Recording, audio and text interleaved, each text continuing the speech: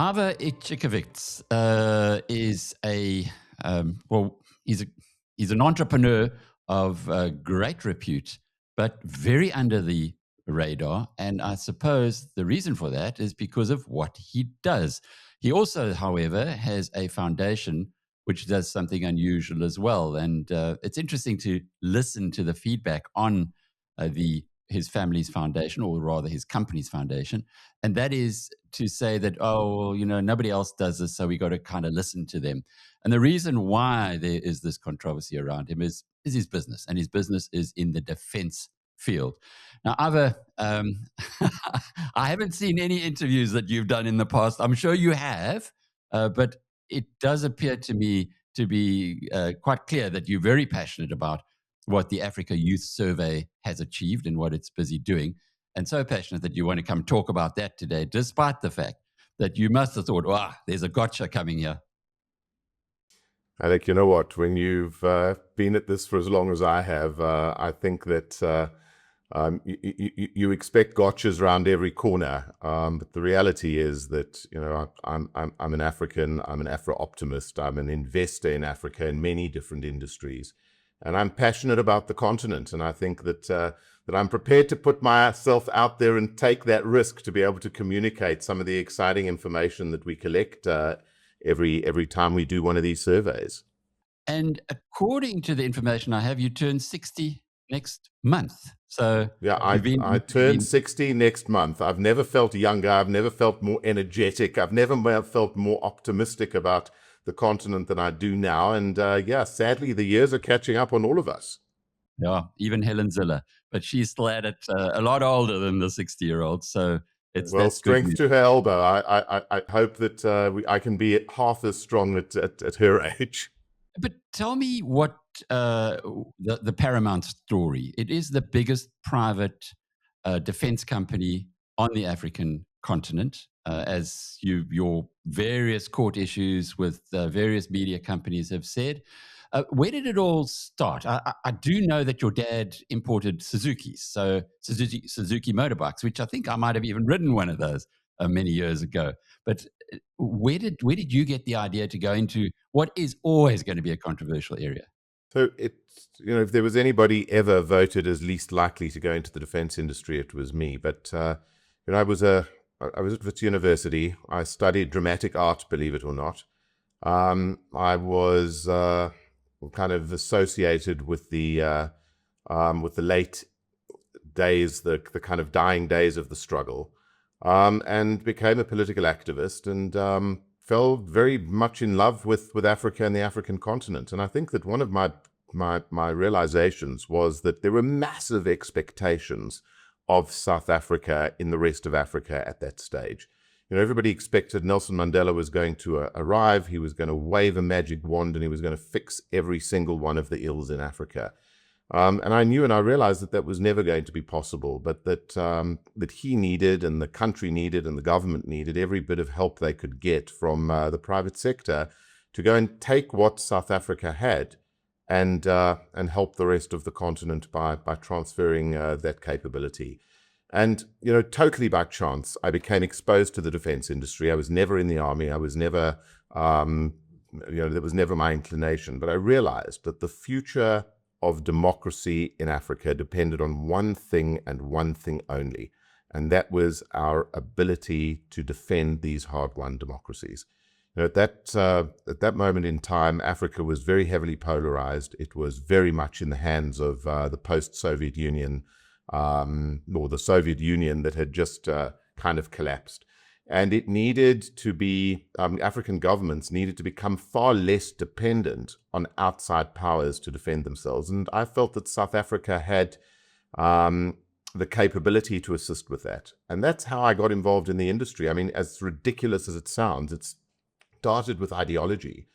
And I must say that if I had, hindsight is 20/20 vision, I could not have chosen a more difficult, more controversial industry. But I'm very proud to say that we first of all managed to salvage an industry in South Africa that is absolutely a cornerstone of the economy of this country. There's no country in the world that has gone from a developing economy to a developed economy without a strong defense industry.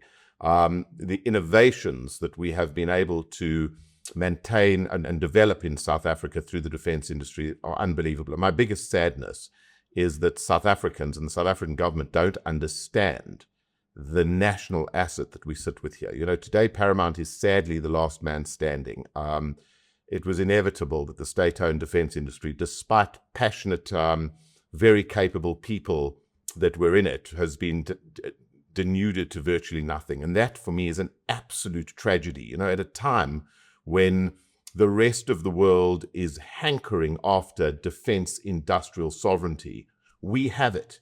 We have the ability to build an aircraft from scratch and put it into the international market. I mean, one of the very few, probably 5 in the last 50 years, military aircraft that have been developed in private hands and gone from concept all the way into commercial production in the world has happened here in South Africa and sits within the Paramount Group. We are the world's leaders in landmine protected armored vehicles still today in the world, with more than 4,000 units in active service in the world. And South Africans don't even realize this. And I'm afraid part of the reason that we talk about Afro-optimism, part of the reason that we talk about whether the youth in Africa are optimistic or pessimistic, is because that perception is what drives reality in this country. Because South Africans tend to be so pessimistic about what's going on around them, they don't engage with these things. And although today I'm no longer active in the defense business from an operational point of view, I'm still very, very much a proud founder of Paramount, which is today a global business. South Africa and our footprint in South Africa represents a very, very small part of our global business. And I'm very proud of what we've managed to achieve as Africans in the defense industry, which is such an incredibly complex and competitive industry around the world. Yeah, it sure is. But give us some sense of the size or the scale of Paramount today. Well, Paramount today operates in 20 countries around the world. We partner with governments in Central Asia, in Central Europe, in South America, in the Middle East, in Asia, and of course in Europe and the United States. We supply, we manufacture, we're an industrial organization that designs, develops, and manufactures advanced defense and aerospace platforms. And I think very importantly, there are very few companies in the world that produce platforms. We build ships, we build advanced land systems, vehicles and armored vehicles, and we build airplanes. So, to say we're in people think of the defense industry as the arms industry. Well, we're not in the arms industry in that we don't make weapons and munition. We make the platforms that allow people to go onto the battlefield and to perform their duties safely. Was that a personal choice not to go into something that kills people but maybe protects? You know what? It was very much a personal choice. I felt that one of the biggest issues we had in Africa at the time is that African governments hadn't yet realized the value of human life on the battlefield.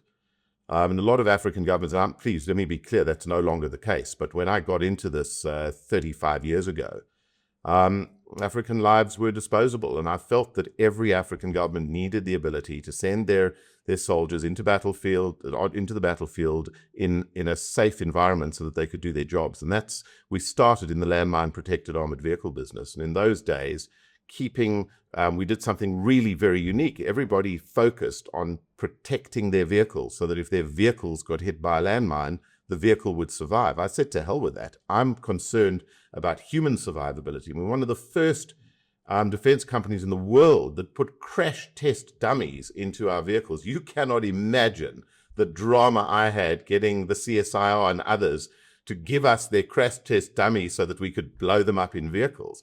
But it started a whole new wave in the defense industry that started focusing people's minds on the value of human life and protecting life rather than protecting capital equipment. So what took you from there to creating a foundation? It's now 15, 16 years old, and a foundation that does a survey of the young people in Africa, and one that, even though many of your critics don't want to refer to it, have to, because it's the only one that's there. Well, I think that first of all, the foundation started with the African Oral History Foundation. And I felt that I'd had the privilege of living through some very exciting periods in South Africa's history and in Africa's history. And I realized that the reason that I was so privileged is because I knew the people on the stage at the time. I had the opportunity to get to know the left-hand side and the right-hand side and everybody in the middle. And I realized that our history had been made not by kind of a command and control environment. It had been created by the very unique individuals that were on the stage at that time, and their stories needed to be told. And I was very worried that future generations would have stories told about these people, and that these people wouldn't have an opportunity to tell their own stories. And I suppose to a certain extent, they're inspired by the Shoah Foundation, which was something that Steven Spielberg set up to record the original testimony of the Holocaust. I decided to create the African Oral History Archive to allow people to tell their stories. And that turned into an incredibly interesting project. We've got just thousands of hours of original testimony of many, many people who sadly are no longer around to tell their stories. Out of that came the epic saga project that I've just completed, which is the Winnie Mandela documentary, which is now airing on Netflix. And that documentary would never have been possible if we hadn't started collecting this archive material 15 or 16 years ago. So it really has been a project of passion. But as I then evolved through the process of finding a niche and a role for this foundation, I realized that one of the biggest challenges we had in Africa is that the whole world talks about Africa. Even Africans talk about Africa without actually really knowing what they're talking about. As I moved through the boardrooms of the world, and despite the fact that the defense industry is an important part of of my history and my life, we're invested in many industries all over the African continent. And as I've moved through the world, I realized that my lived view of Africa was so vastly different to the perceptions that people abroad and even people in Africa had of the continent. And I felt that either I was completely wrong and I needed to go and prove out whether what I was feeling or perceiving about the continent was true or not, or I was right and they were all wrong. And we realized that the only way you could ever tell the truth about a continent was to go and talk to the youth. Because first of all, this is a generation of leaders in waiting, and you don't want to go and validate the past, because that's already happened. You want to go and look into the future. You want to go and get a sense of how young leaders perceive their future and where they want to take the continent. And that's how the youth survey started. First of all, I went out and looked for data. So there must be data. Well, Alec, there is no data. Nobody's ever bothered to go and do this. And I'm not claiming that we're particularly genius. The fact is, we just went out and looked for stuff that didn't exist and decided, look, this is not optional. The continent is moving so fast. I have so many questions about the continent that I want answered, but I want to put proper science behind it. So we put a lot of investment in time, in effort, in resource to creating a very, very robust scientific project, which would go and every 4 years survey the entire continent. So what we do is we do 16 countries in detail every single year. These are 1-hour face-to-face interviews conducted with a very broad demographic that represents the entire country that we deal with. And we come up with a Pan-African picture, which then allows us to drill into country by country. And we've developed the most incredibly deep data set, which today is available to decision makers around the world so that they can back their decisions with fact, not just kind of glib perception. And I think that it's certainly, it fascinates me every single time, which is why I love talking to it, because it just validates the fact that we live and work on the most exciting continent in the world. And the fastest growing in terms of population, no doubt, as well. And the fastest changing. I mean, the rate of change on this continent, the rate of evolution of the attitude of the people on this continent is unbelievable. But the headline that came out of the report, out of this research document, nearly 5,000 people that were interviewed, as you say, face to face, 1 hour each, was China is more enjoyed or more appreciated by the African youth than the United States. Now, is that because they misinformed? Is that because they really understand that censorship and freedom, which are hectic things in the African continent? People have died generations for freedom, and that they don't exist in China. And that on the other hand, those who personify the freedom, if you like, on the West are kind of sliding down the scale amongst the youth and becoming less loved. So what we find is that when we started the survey, there's no question the United States was perceived to be Africa's most important partner. It was also perceived to be Africa's most influential partner, and it was perceived to be ideologically the partner that most African youth wanted to kind of pin their flags to. However, as things evolved post-COVID, that changed exponentially, because during the COVID experience, the United States was nowhere to be seen in Africa.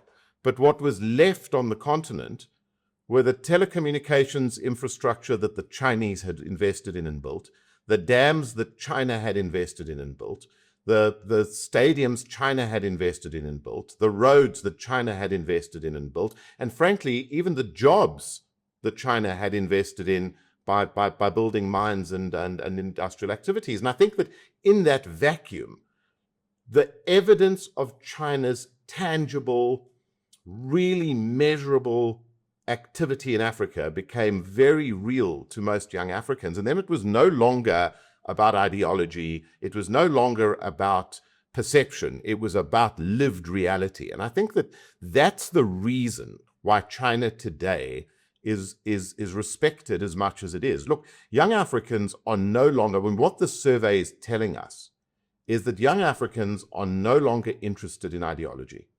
They're no longer interested in backing a political system. They want partners that are going to partner with them as equals, that are going to respect them, and that are going to invest in creating high value jobs and taking the continent to the next level. Now, the United States is falling behind fast because young Africans are sick and tired of being lectured to. They're sick and tired about being told about their ideology. They want to see tangible investment. And I think that this is a message to the West. I mean, Europe is falling far behind. France is falling far behind. And part of the reason for this is because even though young Africans really do believe that there's space for everybody, they're demanding actual transactional performance. And I think that in some ways it's a really positive thing, because the continent is no longer about ideology. It's about investment. It's about performance. It's about creating jobs. And Donald Trump would certainly not have helped the perception from the West's point of view with his actions and activities. Yet, Alec, very interesting to me is that the perception about Trump is not altogether negative. You know, there is, albeit that there nobody, I mean, very few people that we survey agree with anything he's had to say. Most African youth believe that their governments have to deal with him. America's important. They understand the 4-year political cycle. They understand that Donald Trump is not America. In some cases, they actually respect his strong style of leadership, because the other thing that comes out of the survey, which I find very fascinating, is that most African youth believe in democracy as the correct style of government, but they don't believe in the Western style of democracy that we have inherited from Europe and from elsewhere. And I think that part of what they see as an African style of democracy is very strong leadership that is prepared to stand up for their country's rights. And I think that they respect in Donald Trump, even though they don't necessarily agree with what he has to say or with the ideology that he broadcasts. Sounds like a very thin line, though, between the big man of Africa that we were cursed with for so many generations and a strong Democrat.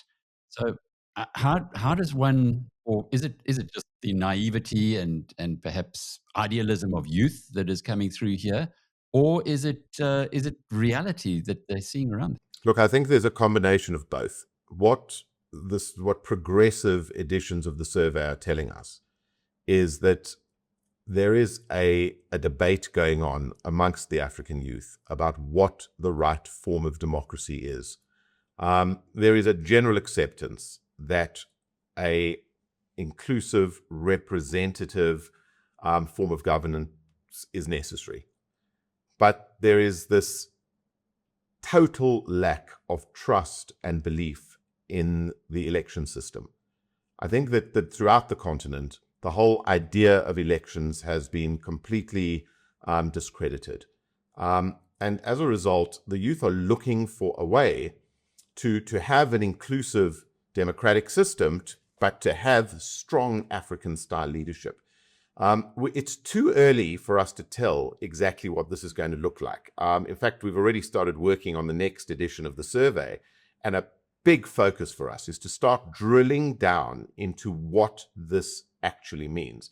You know, when you have a demographic like this, that is, first of all, your first ever completely born free generation of leaders. This is the first generation of leaders that never experienced colonialism, never experienced apartheid, never experienced the propaganda that came with apartheid and colonialism, which was focused on convincing Africans that they were in some way dependent. If you think about it, those ideologies stood on the fact that Africans were dependent, that they needed to be saved, that aid was going to be the way that Africa was going to evolve. This is a generation that don't believe in that at all. In fact, if anything, they're specifically saying we don't want aid. We don't want to be reliant on anybody. And this generation is saying we don't like the fact that the electoral system has failed us. And we are truly African. We want to look backwards into our African roots and look at how an African style of leadership works. And I think that we're now looking at drilling into this so that we can start the debate. It's a debate that's happening anyway. Let's start understanding exactly where it's going to lead us. But this same generation, the same group of people are saying, we want democracy, but we're not going to vote. I mean, in South Africa, 30% of the youth that we talk to tell us that they're not going to vote in the next elections. Why? You tell me. I believe that it is because of a total lack of faith in the integrity of the voting system. Now, the other thing that this survey tells us is that one of the youth are done with corruption. They see it in every single aspect of their lives. And one of their biggest demands to their governments is to deal with corruption. Now, corruption in the electoral system, corruption all over the rest of the aspects of their lives, starting to make them feel very pessimistic about the institutions that have been created.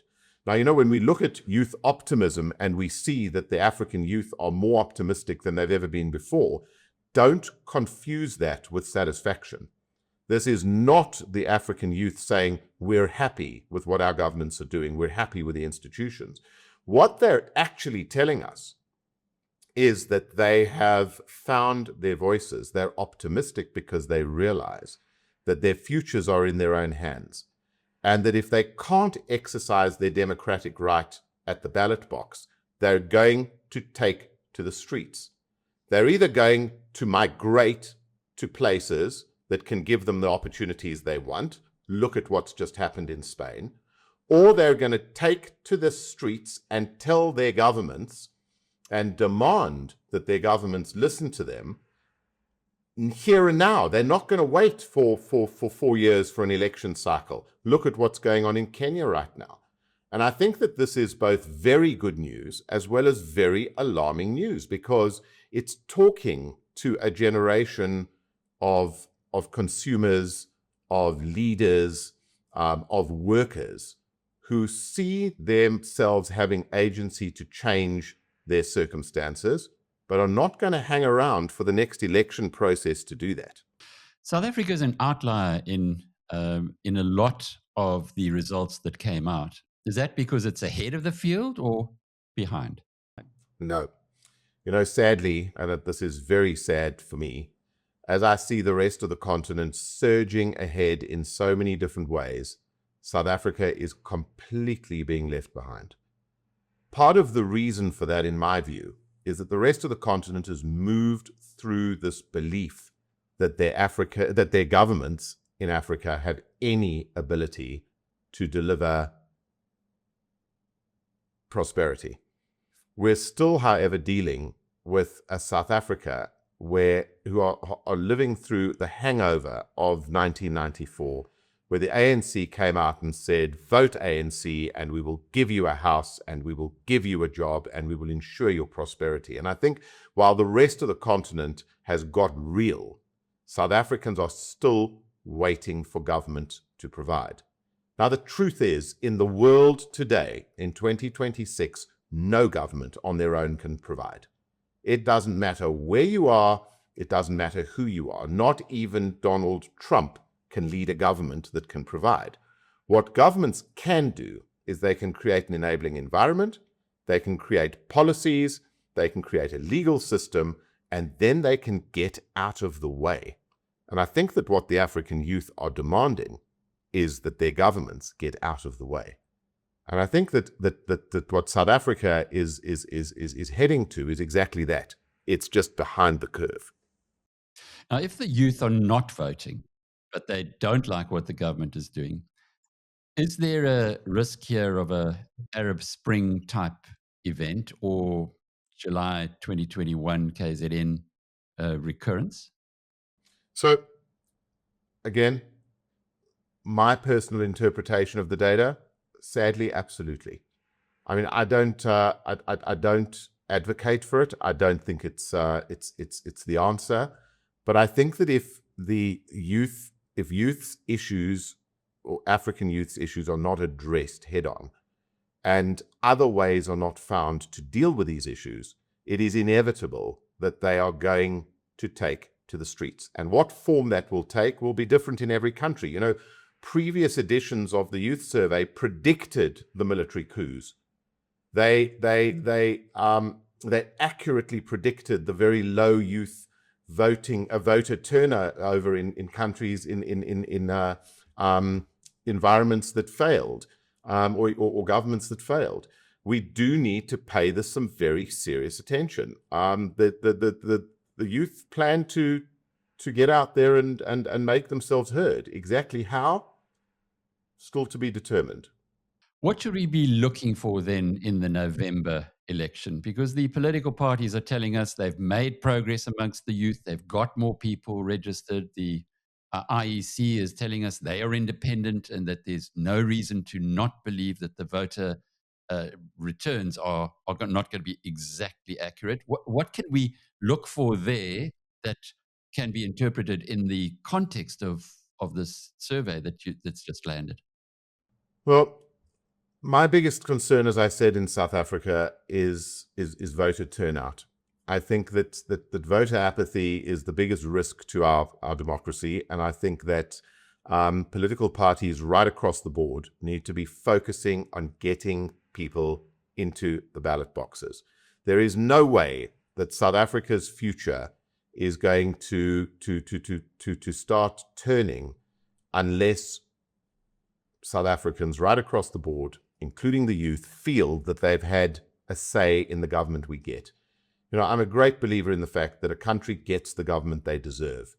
And if you don't bother to go out and vote, if you don't bother to exercise your democratic right that so many people died for, that so many people fought for, then there's a real fundamental problem in society that has to be dealt with. The pessimism we see in South Africa is really, really alarming at every single level. And it tells you that even in a country where the GDP is improving, where economic outlook is much better than in many other countries in Africa, people still remain pessimistic. Because where the rubber hits the road, they don't feel as if they're included in the economy. They don't feel that they're included in the decision-making process.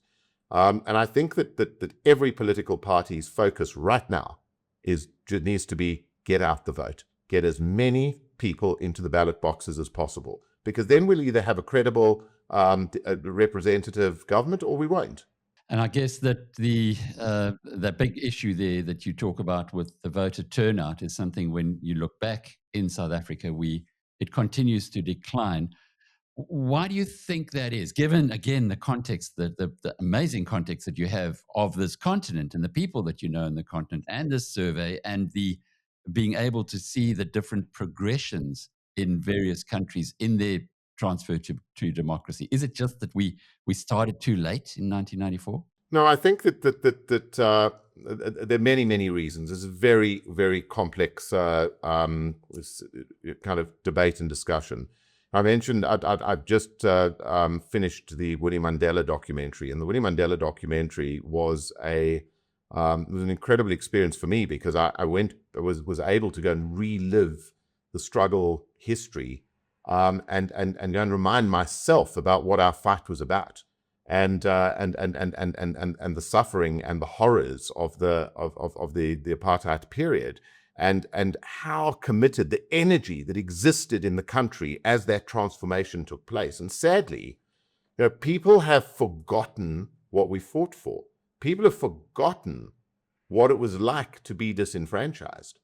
And instead of embracing that and reminding ourselves how privileged we are to have a democratic system where every single person's voice counts, people have become so pessimistic and so depressed that they honestly believe that their voice doesn't count and that they have no ability to make change. Now, if you look at Winnie's story, love her or hate her, she was scared of nothing and nobody because she knew that she could make a difference. And every single South African has agency. Every single South African has the ability to go and make a difference at their most local level and at a national level. One of the other things that the survey is telling us is young South Africans don't want to go into government. They don't want to go and serve society. In my generation, everybody wanted to go into government.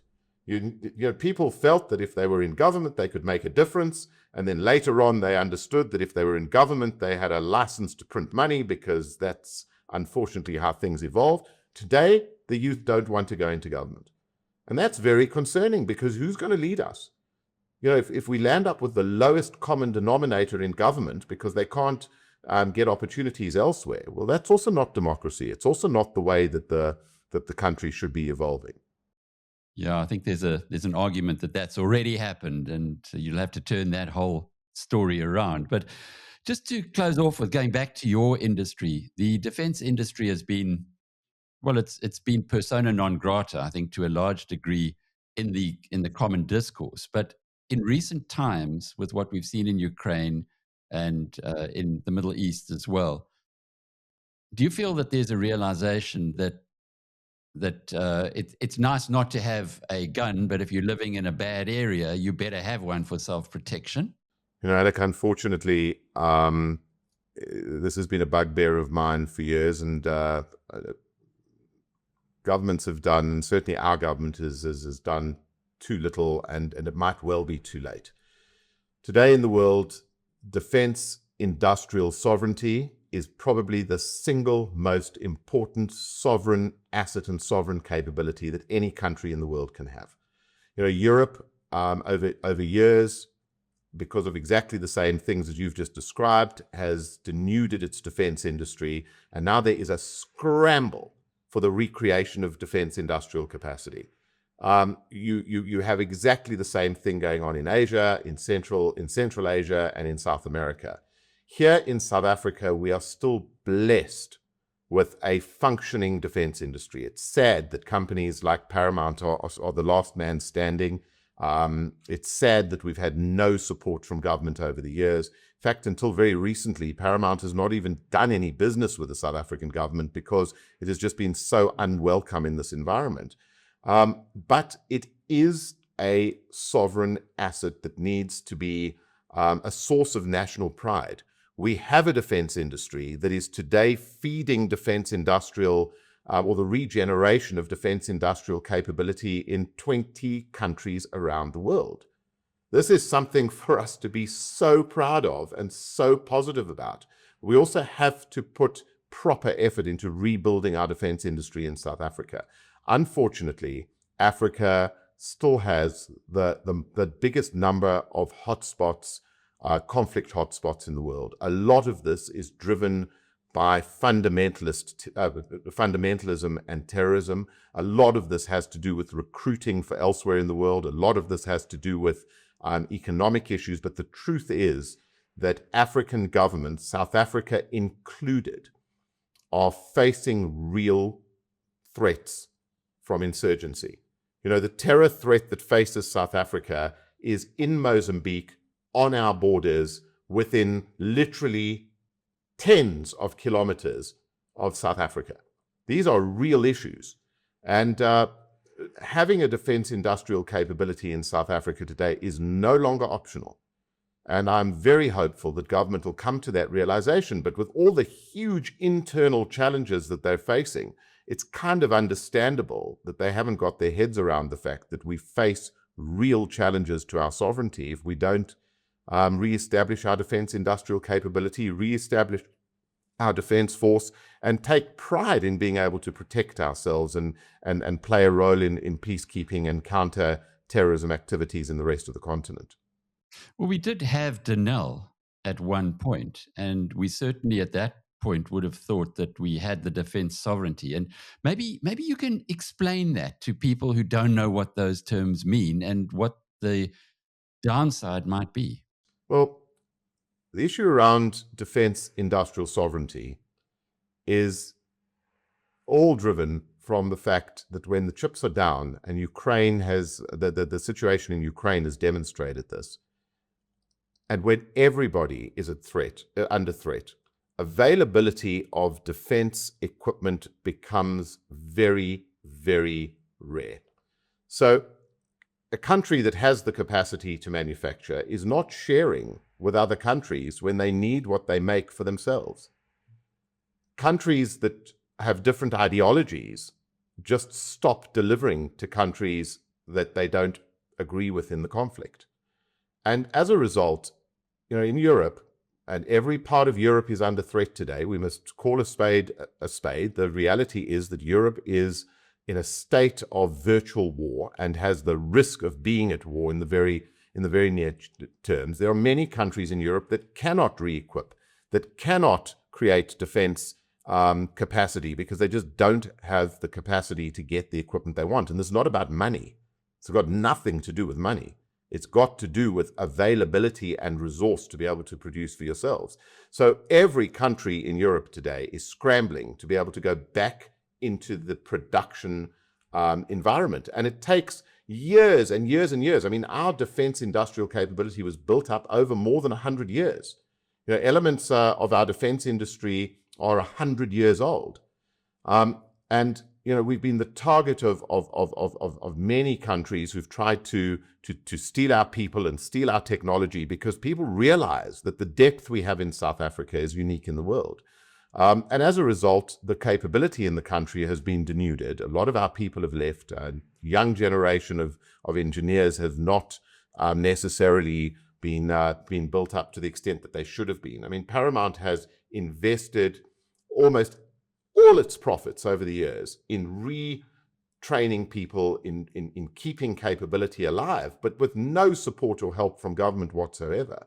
Sadly, Denel has been allowed to be denuded by external factors, by internal factors, and it is a shadow of its former self. It can absolutely be saved. There is no question Denel can be saved. It can be turned back into the powerhouse that it once was. There are still some incredible technologies in Denel, and there are some incredibly capable individuals who are fighting to try and save this state enterprise and this national asset, but with absolutely no support from government, from the private sector. And until South Africa changes its approach completely, this will not turn around. And we are now at a point where if we want to save Denel, we have literally months to do it. The capability that exists is denuded to such an extent that we can build on what's there today, but in a year or 18 months' time, there'll be nothing to build on.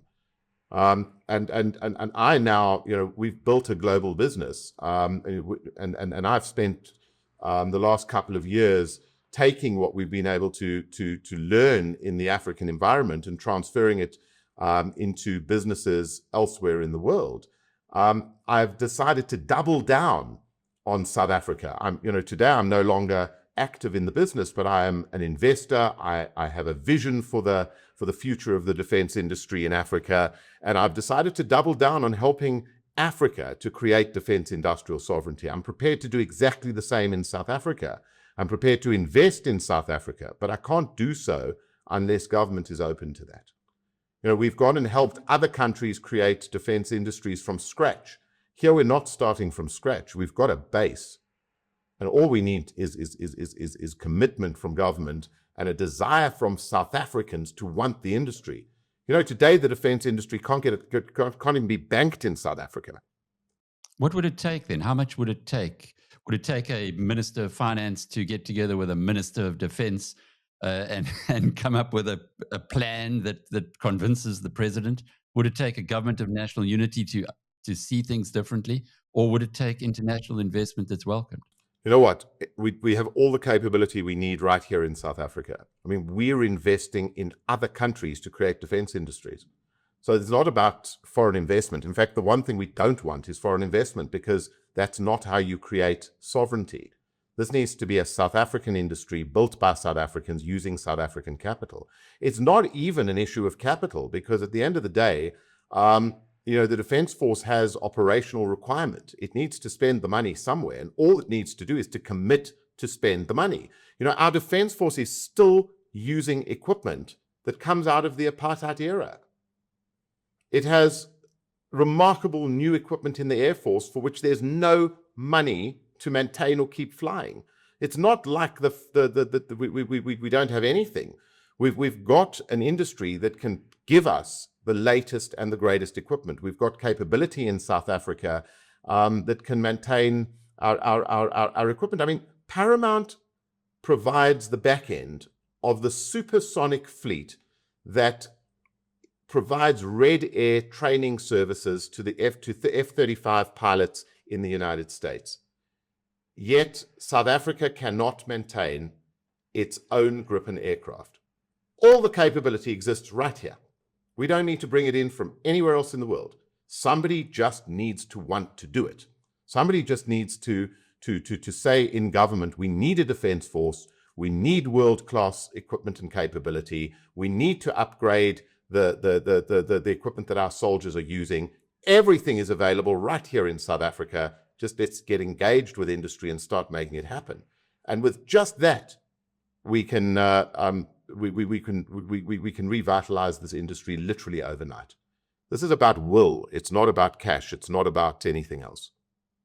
Ivor, it's been fascinating talking with you. Thank you for your time. Thank you for sharing with us not just the survey, but your thoughts on the continent and on South Africa itself. I'm sure that the members of the Biz News tribe will also enjoy picking up on your insights, and we hope this isn't the last time. Ivor Ichikowitz is the founder of the Paramount Group. I'm Alec Hogg from biznews.com.